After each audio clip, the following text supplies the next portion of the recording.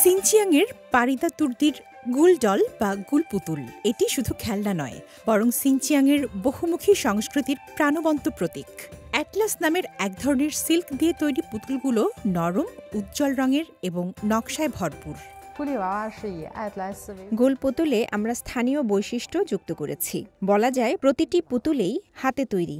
যখন আমরা প্রথম এই পুতুল বানাতে শুরু করি, তখন চেয়েছিলাম সিনচিয়াংয়ের স্থানীয় সংস্কৃতি ও বিশেষ বৈশিষ্ট্যকে ফুটিয়ে তুলতে, যাতে আরও বেশি মানুষ সিনচিয়াংয়ের মনোমুগ্ধকর জীবনযাত্রার আবহ অনুভব করতে পারে।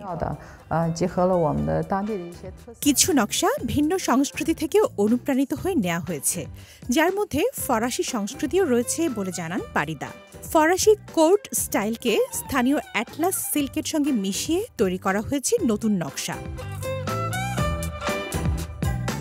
সমাজকে উন্নত করার ইচ্ছা থেকে পারিদার উদ্যোক্তা হওয়ার যাত্রা শুরু।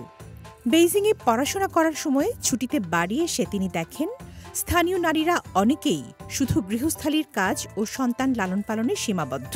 তার মনে স্বপ্ন জাগে পুতুল তৈরির মধ্য দিয়ে তাদের জীবনযাত্রায় পরিবর্তন আনার। স্থানীয় মহিলা ফেডারেশনের আর্থিক সহায়তায় পারিদা তার স্বপ্ন পূরণে কর্মশালা শুরু করেন। আমাদের কর্মশালার আয়তন মোট ১,২০০ বর্গমিটার, আর কর্মীদের বেশিরভাগই নারী।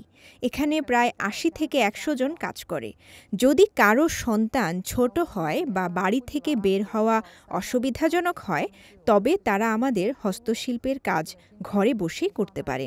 আমরা প্রতি বছর ৩০,০০০ থেকে ৫০,০০০ গোল পুতুল তৈরি করতে পারি। এতে তাদের জীবিকা নির্বাহের পথ তৈরি হয়, যা তাদের আর্থিক অবস্থাকে অনেকটা উন্নত করে। প্রতিদিন কর্মীদের জীবনমানের পরিবর্তন দেখে বেশ খুশি পারিদা এবং আশা করেন আরও বেশি নারী এভাবে অনুপ্রাণিত হবেন। আর্থিক উন্নতির পাশাপাশি গুল ডল প্রকল্প নারীদের সচেতন ও স্বাবলম্বী করেছে বলে জানান তিনি।